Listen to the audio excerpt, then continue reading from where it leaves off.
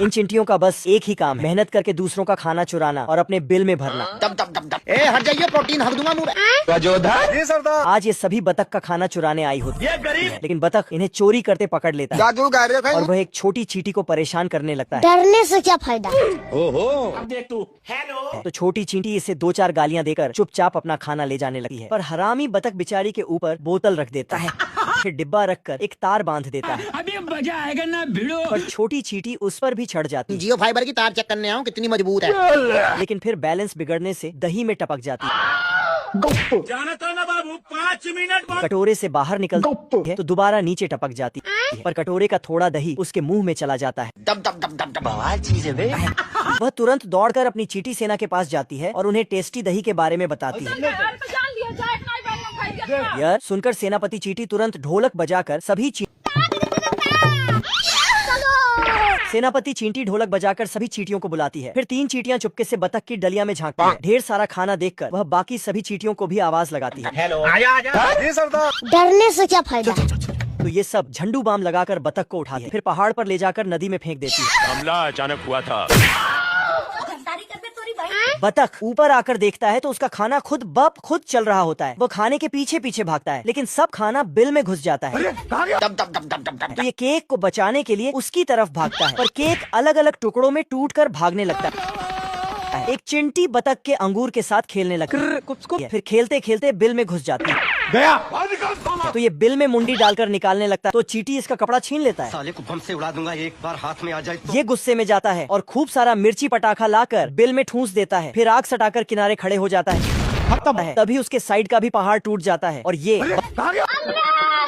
Bye bye Tata. ये बतख अखरोट की खेती कर रहा था। अच्छा। और 2 हरामी गिलहरी चोरी करने पहुंच गया। एक गिलहरी अखरोट निकालता और अपने भाई को देता, लेकिन उसका नालायक भाई उस अखरोट को फिर से जमीन में घुसा देता है। तो ये थक जाता है और पीछे देखा तो इसका भाई सारा अखरोट को नीचे ही घुसा दिया। साली हरामखोर। फिर ये बोरा में भरकर घर में घुसने ही वाला था। बतख बोरा लेकर एक जाल बिछाता है। तभी ये गिलहरी दौड़कर जाता है और खींचने लगता है। तभी उसका भाई आकर उसे बचा लेता है, लेकिन फिर से खींच लिया तो इसका भाई फंस गया। ये कैसे हो गया? गिलहरी डब्बा को उठाने की बहुत कोशिश करता है, लेकिन उठा नहीं पाता। फिर एक मोटा सा डंडा लेकर दौड़ता है और इधर इसका भाई बस बाहर निकलने ही वाला था तो ये लकड़ी से, लेकिन इस चक्कर में दोनों अंदर फंस जाते हैं। साले मजाक बना के रखते हो। तभी बतख दौड़ता हुआ आता है तो दोनों घबरा जाते हैं और जमीन खोदकर नीचे घुस जाते हैं। तो डब्बा उठाकर दूसरी जगह रख देता है। दोनों गिलहरी उसी डब्बे में निकलती हैं। बतख इनका तमाशा देखने लगता है। अब दोनों गिलहरी आपस में गुस्सा हो जाता है तो बतख एक की पूंछ खींच देता है। तो ये गुस्से में मारने के लिए आता है, लेकिन बतख को लग जाता है। अब दोनों अखरोट उठाकर भागते हैं, बतख फिर से बोरा लेकर। तभी ये गिलहरी और बतख अखरोट से ही हॉकी खेलने लगते हैं। बतख एक एक करके सारे अखरोट को मारता है। तभी ये गिलहरी बहुत अखरोट को इनके तरफ देता है। बतख का काम तमाम हो जाता है। ये एडवांस मछली पानी के अंदर सुअर को पकड़ के पकाने का कार्य कर रहा था। भाई आज ऑमलेट नहीं बनाऊंगा, आज तेल का ऑमलेट बनाऊंगा। नमक मसाला डालकर और कुछ सब्जी भी डालकर पकने के लिए डाल देता है। फिर मशीन के अंदर आग जलते हुए डांस कर रहा था। कुछ देर पहले सुअर एक टापू को रस्सी से नाव में बांध के अपने साथ ले जा रहा था, लेकिन रस्सी टूट जाता है और नाव आउट ऑफ कंट्रोल हो जाता है। इतना स्पीड से आगे जाता है कि एक बड़े जहाज को चीड़ फाड़ के निकल जाता है। बाप रे। और वो जहाज डूब जाता है। अब भगवान का कसम। साला ब्रेक दबाता है तो नहीं। तभी एक मछली अंदर चला जाता है। अरे दादा रे। ये भगवान क्या जुल्म है। सुअर समुद्र के बीचों बीच आ चुका था। ये कहाँ फंस गया भाई मैं? तो इसने मछली पकड़ने का प्लान बनाया, लेकिन ये क्या हो गया? सुअर पानी में कांटा फेंकता है तो भर भर के मछली उठाता है। आज तो मजा आने वाला है। लेकिन तभी सुअर को नींद आने लगा। उठा ले रे देवा। तो इसने कांटा पानी में फेंका और रस्सी को तकिया बना के सो गया। इधर नीचे पानी के अंदर ये मछली सुअर को फंसाने का चारा तैयार कर रहा था। अब देख तू। मछली ने कांटे में चारा लगाया, सिस्टम पार देंगे। और सुअर के पास फेंका। तो साला सुअर का आत्मा चारा खाने लगता, लेकिन खुद ही चारा बन जाता है। फिर मछली सुअर को पकाने ले जाता है। सुअर गर्मी से पसीना पसीना हो गया था और आग उसके ऊपर बैठा हुआ था। किसी तरह सुअर यहाँ से निकल के फरार होता है। तभी एक लंबा वाला मछली सुअर को नाश्ता बनाने आ जाता है। तैरते हुए भागता है, फिर रुक के एक घुस्सा मारता है तो ये लंबू मछली उलझन से निकलता है और सुअर के पीछे नहा धो के भागता है। इधर ये बड़ा मछली खराटे ले रहा था, तभी सुअर आता है और अंदर चला जाता है। नहीं। सुअर निकल के भाग जाता है तो एक सिंह वाला मछली सुअर को साला सुअर एक हथौड़ा उठाता है और सिंह को मोड़ देता है, फिर आगे भाग जाता है। लेकिन आगे ऑक्टोपस ने इसको धर लिया। फिर सबसे पहले इसके पिछवाड़े में 2 थप्पड़ लगाया, फिर कस के पकड़ लिया। लेकिन ये सब तो इस सुअर का सपना था। नींद खुलता है तो साला रस्सी में बंधा हुआ पाता है। ये कैसे हो गया? फिर इसने रस्सी खोल के फेंक दिया और सभी पकड़े हुए मछलियों को भी। फिर नाव चालू करके वहाँ से चला जाता है। सभी प्लेनों में रेस हो रही है। इस बूढ़े प्लेन ने भी रेस में भाग लिया है। बाबू मान जाओ ना यार। लेकिन इसकी बीबी ये सब करने से रोकती है, मगर ये नहीं मानते और उड़ान भर देते हैं। लेकिन बूढ़ा होने के कारण ये ठीक से उड़ नहीं पा रहे थे। रोम रोम भाई, कि तभी इनके दोनों पखना निकलकर भाग जाते हैं। ऐसा मत करो मेरी जान। प्लेन नीचे गिरने लगता है, मगर इसका बेटा चुपके से प्लेन में बैठ गया था और ये निकलकर अपने पिता का जान बचा लेता है। Yes, my son. प्लेन के लिए मैच जीतना बहुत जरूरी था, तो बच्चे अपने पिता को धक्का देता है और सबका टकला साफ करते हुए आगे बढ़ता है। ए हट जाइए, प्रोटीन हक दूंगा। और इसने स्टैच्यू के लहंगा भी उठा देता है। तो लहंगा उठा दे रिमोट से। बच्चे अपने पिता को मैच में जीत दिलाता है। मुन्ना है, मुन्ना मुन्ना। इतने बहादुर बच्चा देख कमिश्नर प्लेन से ऐसी और 10 बच्चे पैदा करने को बोलता है। ये सुनकर प्लेन की बीबी शर्म से लाल हो जाती है। अलार्म जैसे ही बजती तो पैंथर उसका चमत्कार करता है। I am sorry, बाबू। हथौड़ों और अलार्म का भी ढेर लग गया, लेकिन पैंथर ने हर चीज में अलार्म लगा रखी है रात को कर भी क्या सकता हूँ। और सब एक साथ बजती है। पैंथर अपनी नींद के लिए कुछ भी कर सकता है। घड़ी में भी चिड़िया फेंकती। चिड़िया जानबूझकर पैंथर की लेनी कर लेती है। कुत्ता है तो कुत्ता। तो पैंथर चिड़िया का मुंह बांधकर पक्का जुगाड़ कर देता है।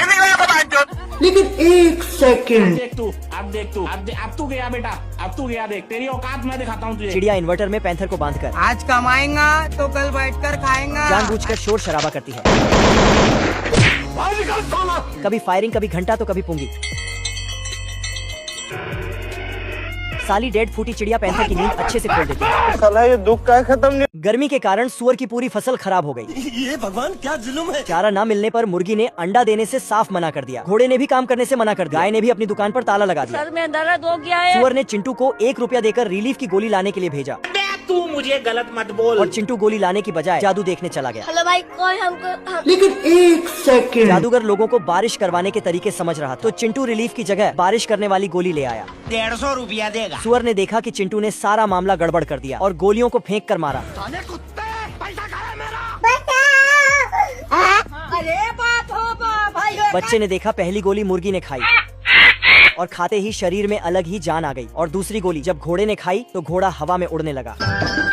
पंछी बनूं उड़ते फिरूं। तीसरी गोली भी उसी मुर्गी ने खाई जिसने पहली गोली खाई थी। और इतनी ताकत आ गई, एक पेड़ को ही हिला दिया। नहीं सारुण के यहाँ कुछ तो गड़बड़ है। सुअर ने सोचा कुछ तो गड़बड़ है, खुद भी गोलियां ढूंढने। इस टैक्सी की बीवी कहीं खो जाती है तो वह ढूंढते ढूंढते हॉस्पिटल पहुंचता है। मेरी औरत कहीं खो गई है। अच्छा। स्टाफ नर्स उसे बताती है कि वह बाप बनने वाला है, तो वह टेंशन में आ जाता है। तभी एक दूसरी नर्स इसके बच्चे को लेकर बाहर आती है। टैक्सी बच्चे को गोद में उठाकर प्यार करने लगता है। मुन्ना है, मुन्ना मुन्ना। दोनों मियाँ बीवी छोटे टैक्सी को घर ले आता है। जब छोटा टैक्सी रोता है तो इसका बाप मोटर ऑयल गर्म करके पिलाता है।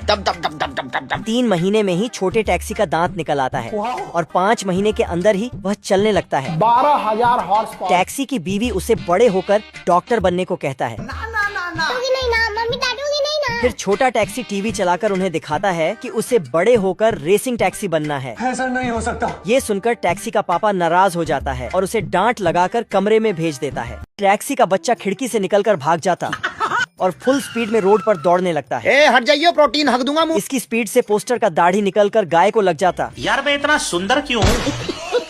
यात्रियों का तो चीर हरण ही हो जाता और बेचारे प्लम्बर का तो दुकान रास्ते में ही खुल जाता। भाई यहाँ पे क्या हो रहा है? ये कहाँ फंस गया भाई मैं। मजा आया। थोड़ा और आगे बढ़ता तो साला घास का सुंदर सुंदर झोपड़ी बनकर तैयार हो जाता। ये कैसे हो गया? मुर्गियों का तो चमत्कार ही हो जाता। इधर टैक्सी का बीवी अपने पति को इसे लेने भेजता तो ये ढूंढते ढूंढते बेकार है भैया, मैं तो टूट गया। तभी ये देखता कि छोटा टैक्सी ट्रेन से रेस लगा रहा होता है तो ये इसके पीछे भागता, लेकिन तभी रास्ते में इसका गैस खत्म हो जाता। ऐसा नहीं हो सकता। सामने से ट्रेन आ रहा होता तो टैक्सी जल्दी से आता और अपने बाप को धक्का देकर बाहर करता, लेकिन खुद ट्रेन के नीचे आ जाता। लेकिन किसी तरह डॉक्टर इसे बचा लेता और दोनों खुशी से रहने लगता। हेलो पापा। हाँ बेटा। चलो। दुर्गेश नाई इतना टैलेंटेड बंदा है कि टीवी देखते देखते कस्टमर का बाल काट देता है और बाल इतने परफेक्ट काटता है कि कस्टमर भी सदमे में चला जाता है। भाई यहाँ पे क्या हो रहा है? पोपटलाल शक्तिमान देखने के लिए टीवी चलाता है, लेकिन उसमें घोड़े का रेस आ रहा होता है। वो चैनल बदल बदल कर देखता है, लेकिन सब में वही सीन आ रहा होता है। पोपटलाल तैयार होकर थिएटर पहुंचता है और मजे से शक्तिमान देखने लगता है। बहुत मजा आ रहा है यहाँ पे। लेकिन वहाँ भी वही घोड़े की रेस चालू कर देते हैं। इस अमीर आदमी को सट्टा खेलने की लत होता है, तो ये साला दुनिया का सबसे महंगा टीवी खरीदता है। टीवी में नीचे बैठे आदमी को पैसे देकर रेस पर सट्टा लगा देता है। 150 रुपया दे। बीड़ीबाज ने 10 बीड़ी सुलगाई और फूंक फूंक कर बादल उड़ाने लगा। बहुत मजा आ रहा है यहाँ पे। फिर सारा कूड़ा पैंट से निकालकर फेंका और दोबारा बीड़ी जलाकर सोने चला गया। ये बाबूराव का स्टाइल है। उठते ही फिर एक बीड़ी सुलगाई और दाढ़ी बनाने लगा। नाश्ते में भी चाय की जगह बीड़ी पी और ब्रेड की जगह बीड़ी टोस्ट बनाया। इतना बीड़ी पी पी कर बीड़ी बाज के फेफड़े खराब होने लगे, तो एक दिन उसने बीड़ी छोड़ने का फैसला किया। पुष्पराज वह झुकेगा नहीं। लेकिन जैसे ही वो ऑफिस पहुंचा तो चारों तरफ उसे सब बीड़ी पीते ही दिखाई दिए। लो भैया। तभी उसके बॉस ने भी उसे बीड़ी पीने के लिए पूछा। तो ये चुतिया समझा मेरे को, चुतिया समझा क्या? मन मारकर वहाँ से बाहर आया, लेकिन उसे हर जगह बीड़ी ही दिखाई दे रही थी। हे भगवान, तेरी लीला अपरंपार है। लिफ्ट के पास एक और बीड़ी दिखी तो ये उठाकर पीने लगा। तभी ये भगवान क्या जुल्म है।